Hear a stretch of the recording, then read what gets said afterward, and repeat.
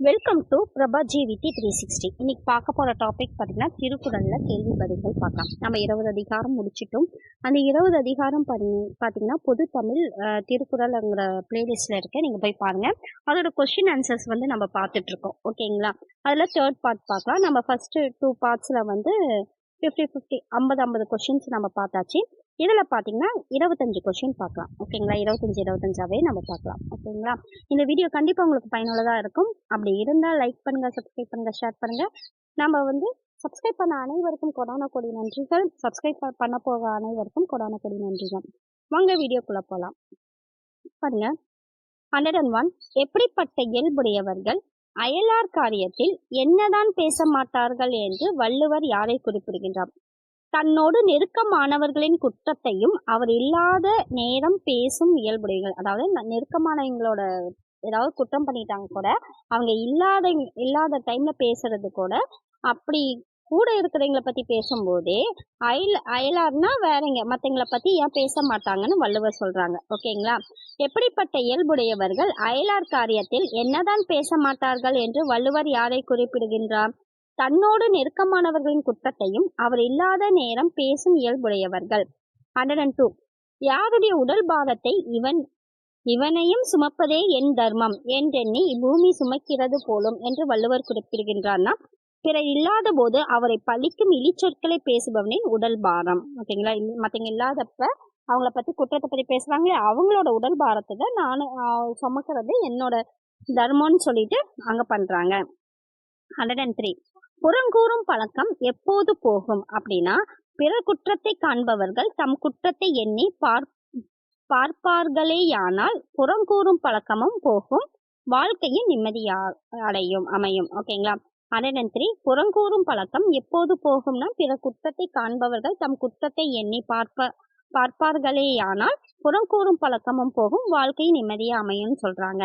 104. எப்பொழுது நடுவுநிலைமை என்று சொல்லப்படும் ஒரு அறம் மட்டுமே வாழ்க்கைக்கு போதுமானதாகும்னா, பகைவர், நண்பர், அயலார் என யாராயினும் அவர்களிடத்தில் நீதி தவறாது பின்பற்றப்படுமானால் நடுநிலைமை என்று சொல்லப்படும் ஒரு அறம் மட்டுமே வாழ்க்கைக்கு போதுமானதாகும். 104. எப்பொழுது நடுநிலைமை என்று சொல்லப்படும் ஒரு அறம் மட்டுமே வாழ்க்கைக்கு போதுமானதாகும், பகைவர், நண்பர், அயலார் என யாராயினும் அவரிடத்தில் நீதி தவறாது பின்பற்றப்படுமானால். 105. யாருடைய சொல் வளம் அழிவில்லாமல் அவனுடைய வழியில் உள்ளார்க்கும் உறுதியான நன்மை தருவதாகும். யாருடைய சொல்வளம் அழிவில்லாமல் அவனுடைய வழியில் உள்ளார்க்கும் உறுதியான நன்மை தருவதாகனா, நடுநிலைமை உடையவனின் சொல்வளம் தான் அவங்க இல்லாம அவங்களோட ஜெனரேஷனுக்கும் நன்மை தருன்னு சொல்றாங்க. 106. அப்படின்னா, எந்த பயனை கைவிட்டு நடுநிலையைத்தான் கடைபிடிக்க வேண்டும் என்று வள்ளுவர் குறிப்பிடுகின்றார்னா, நடுவுநிலைமை ஓகேங்களா தவறுவதால் ஏற்படக்கூடிய பயன் நன்மையே தரக்கூடியதாக இருந்தாலும் அந்த பயனை விட்டுட்டு நம்ம நடுவுநிலைமையை தான் கடைபிடிக்கணும்னு சொல்றாங்க. எந்த பயனை கைவிட்டு நடுநிலைமையை தான் கடைபிடிக்க வேண்டும் என்று வள்ளுவர் குறிப்பிடுகின்றார். நடுநிலைமை தவறுவதால் நடுவு நிலைமை வரும். ஏற்படக்கூடிய பயன் நன்மையே தரக்கூடியதாக இருந்தாலும் அந்த பயனை கைவிட்டு நடுநிலைமையை தான் கடைபிடிக்க வேண்டும் சொல்றாங்க. 107. நடுநிலைமை உடையவர் நடுநிலைமை இல்லாதவர் நடுவு நிலைமை வரும். ஓகேங்களா? நடுநிலைமை இல்லாதவர் என்று எவ்வாறு காணப்படும்? அவருக்கு பின் எஞ்சி நிற்கும் புகழாலும் பழியாலும் காணப்படும். நடுநிலைமை உடையவர் நடுநிலைமை இல்லாதவர் என்பது எவ்வாறு காணப்படும்னா, அவருக்கு பின் எஞ்சி நிற்கும் புகழாலும் பழியாலும் காணப்படும். 108. எது பெரியோருக்கு அழகாகும்? ஒருவருக்கு வாழ்வும் தாழ்வும் உலக இயற்கை. அந்த இரு நிலையிலும் நடுவுநிலையாக இருந்து உறுதி காட்டுவதே பெரியோருக்கு அழகாகும். எது பெரியோருக்கு அழகாகும்? ஒருவருக்கு வாழ்வும் தாழ்வும் உலக இயற்கை. அந்த இரு நிலைமையிலும் நடுநிலையாக இருந்து உறுதி காட்டுவதே பெரியோருக்கு அழகாகும். 109. எவன் கெட்டொழிய போகிறான் என்று அவனுக்கே தெரிய வேண்டும் என்று வள்ளுவர் குறிப்பிடுகின்றார்னா, நடுநிலைமை தவறி செயற்படலாம் என்று ஒரு நினைப்பு ஒருவனுக்கு வந்து விடுமானால் கெட்டொழிய போகிறான் என்று அவனுக்கே தெரியும் சொல்றாங்க. ஓகேங்களா? எவன் கெட்டொழிய போகிறான் என்று அவனுக்கே தெரிய வேண்டும் என்று வள்ளுவர் குறிப்பிடுகிறார். நடுநிலைமை தவறி செயல்படலாம் என்று ஒரு நினைப்பு ஒருவனுக்கு வந்து விட்டாவே அவன் வந்து கெட்டொழிய போறான்னு தெரிஞ்சுக்கலாம் அப்படின்னு சொல்றாங்க. 110. யாரை உலகம் போற்றுமே தவிர தாழ்வாக கருதாதுன்னா, நடுநிலைமை தவறாமல் அறநிலையில் வாழ்கின்ற ஒருவனுக்கு அதன் காரணமாக செல்வம் குவியாமல் வறுமை நிலை ஏற்படுமேயானால் அவரை உலகம் போற்றுமே தவிர தாழ்வாக கருதாது. யாரை உலகம் போற்றுமே தவிர தாழ்வாக கருதாது.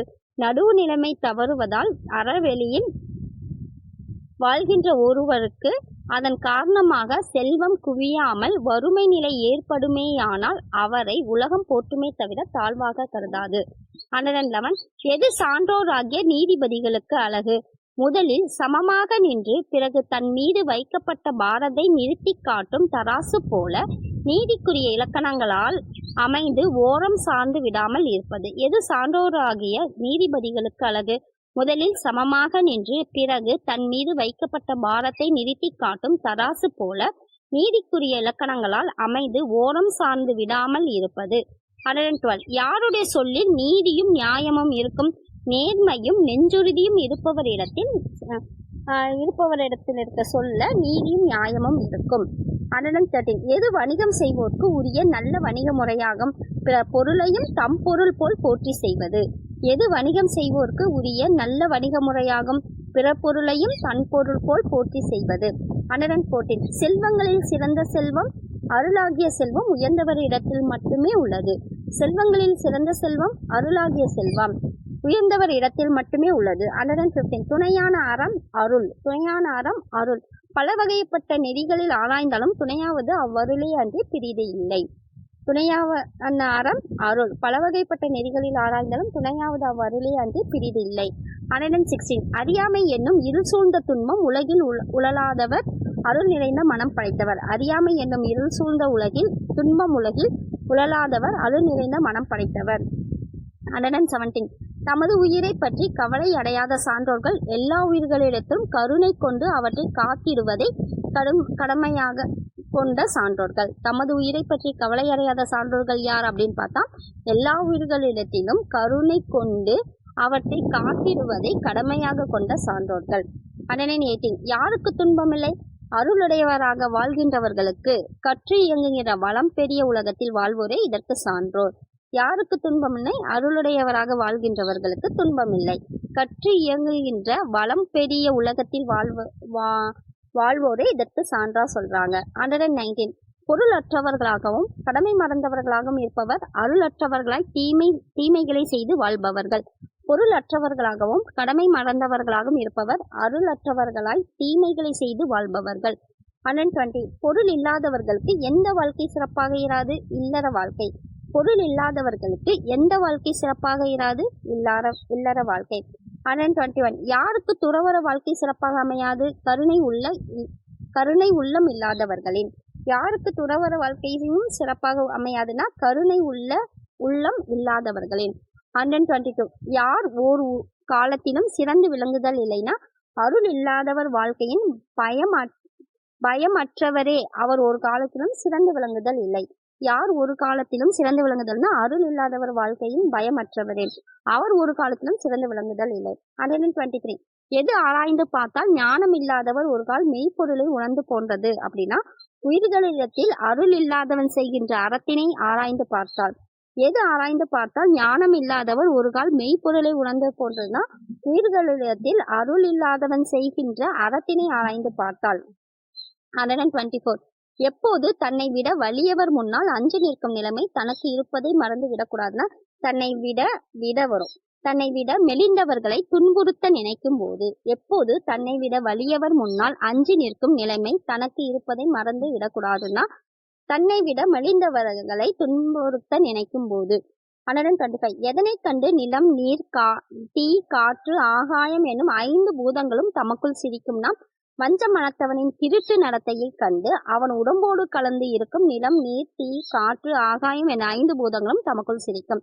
எதனை கண்டு நிலம் நீர் தீ காற்று ஆகாயம் என்ற 5 பூதங்களும் தமக்குள் சிரிக்கும்னா, வஞ்ச மனத்தவனின் திருட்டு நடத்தையை கண்டு அவன் உடம்போடு கலந்து இருக்கும் நிலம் நீர் தீ காற்று ஆகாயம் என்ற 5 பூதங்களும் தமக்குள் சிரிக்கும். இந்த வீடியோ கண்டிப்பாக உங்களுக்கு பிடிச்சிருக்கும்னு நினைக்கிறேன். பிடிச்சிருந்தா லைக் பண்ணுங்கள், சப்ஸ்கிரைப் பண்ணுங்கள், ஷேர் பண்ணுங்கள்.